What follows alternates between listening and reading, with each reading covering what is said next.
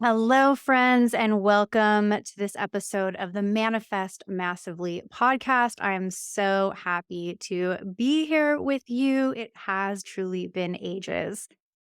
So, as you may or may not know, I went away on a month-long trip to Europe to visit my family in Croatia. And then my husband and I did a tour in Tuscany, Florence, and Rome. And today I want to share with you what I am calling the Rome downloads, which is really just one powerful, profound message that I got out of that experience of being in Rome. And then also, I want to share with you about how this trip came to fruition, was a true fulfillment of a long time desire. And it's really a tale of how, manifestation, the things that we're manifesting can come through in so many ways, right? And we just don't know how. So, with all of that, let me begin. So, first of all, I just have to say it this way that Rome truly changed my life. I don't know how else to say it. And there's a particular moment of standing in what is known as the Roman Forum, where there is just this huge piece of land that is just filled with ruins. And really, almost everywhere you go in Rome, like you'll just be walking down the street and there will be a corner of just these old, pillars and old buildings. And when I say old, I'm not talking about a couple hundred years old or, 500 years old. We're talking about thousands of years. And so standing in that forum, being with the energy of that space, I was so immediately aware of the eternalness of who we are. That we as humans have been here time and time again. And this isn't really a conversation about past lives, like whether you believe in past lives or you don't believe in past lives. It's really about tapping into that part of you that is eternal, that part of you that is wise, and that part of you that is that spark of the universe. And being connected to that part of you and hopefully living as much of your life from that place. I mean, of course, we're human and we need to acknowledge that we're human and we're in this human experience, right? And we have to drive our cars to work and we have to do the mundane things of the grocery shopping and right? Just all the things of being human. But then there's this deeper part of who we are, what I've also heard called your divine identity. This is what I like to call your soul. The more that we focus on that, the more that we learn to acknowledge and have reverence for that part of who we are and understanding that that part of who we are has been here, some expression of that, actually that full expression of that higher self or soul or that divine spark, whatever word you want to put in it, like it exists in all humans. And it has existed in all humans that, for thousands of years, time and time and time again. Lately, this word has been coming up a lot in my space, and it's evidence. What evidence do you have for that higher part of yourself? What is the evidence for the universe, infinite intelligence being present in your life? And for me, standing in that space, being with the eternalness of what I learned they call the eternal city. I understand now why they call it that. Was such a profound knowing, such a profound awareness of the eternalness of who I am and the eternalness of who you are and how much power is there. And I think really the most important message about this is that we spend so much time diminishing our power and we accept the diminishment of our power in our society. We have automatic narratives that play out internally, whether they were inherited from childhood, whether they were, learned from past experiences, like however we got the conditioning, we got the conditioning.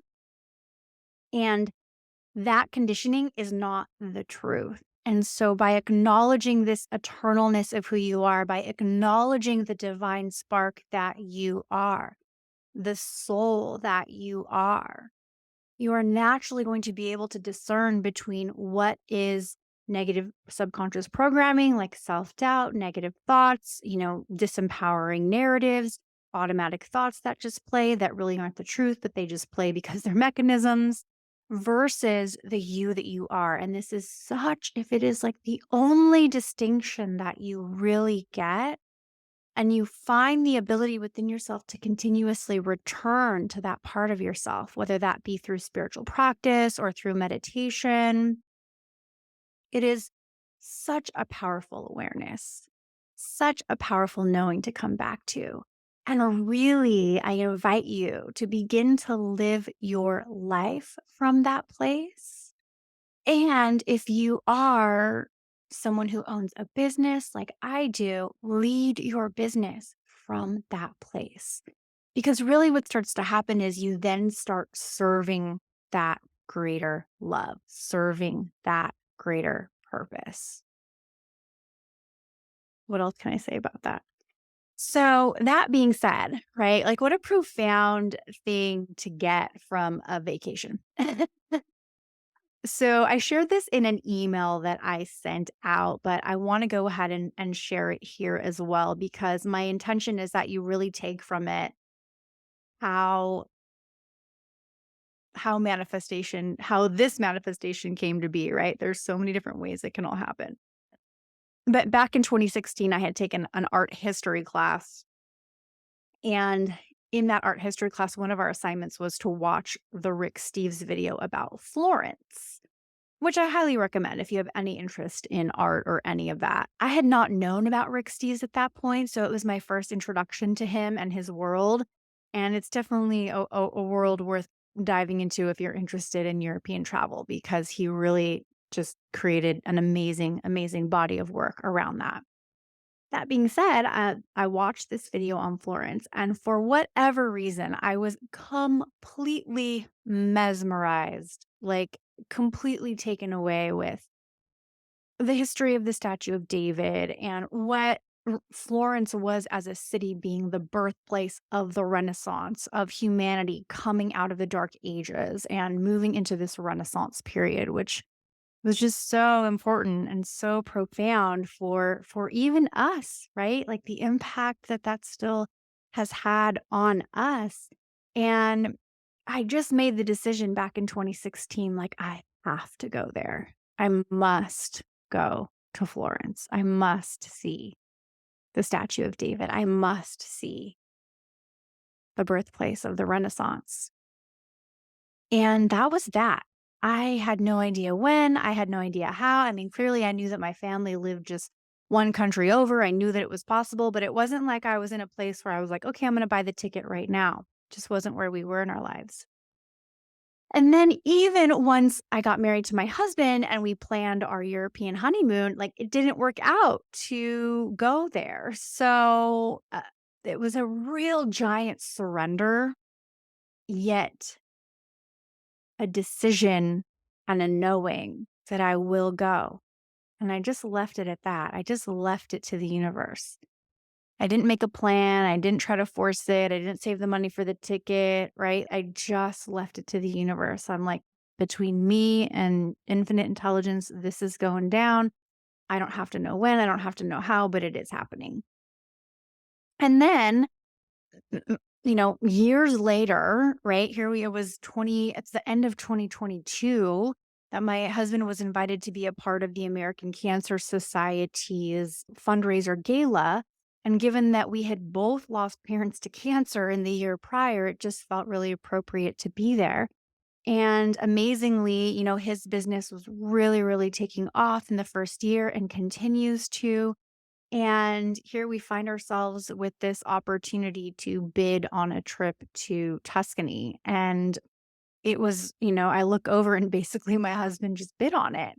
And there's so many things that were so beautiful about that. Is one, that we had found ourselves in this position that we could do that we could donate to a cause that essentially helps families that, they have something called the Hope House in Lexington, where people in rural Kentucky, if they're dealing with cancer and they need a place to stay while they're getting their treatment, right? They go and can stay at the Hope House. And so, we're making this for multiple four-figure donation to that, and in exchange get to go and stay in this villa in Tuscany, and Florence is a city in Tuscany. And so it was just this moment I remember when my husband kind of leaned in and said, "We've come a long way from the Yum Yum." And the Yum Yum was the name of the one-bedroom apartment that ended up being infested with mold that we lived in back in 2016. And so this trip symbolized so much for our growth, for how far we had come, for how far I had come in my manifestation journey and my spiritual journey.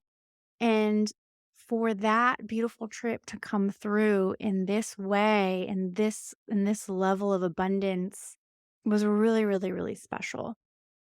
And it's not to say that it wasn't without its challenges because, we had challenges around just managing some things in my husband's business and challenges around just navigating into this next chapter on our lives and putting the trip together. I ended up having like major dental pain, which is now resulting in a whole world of me caring for myself.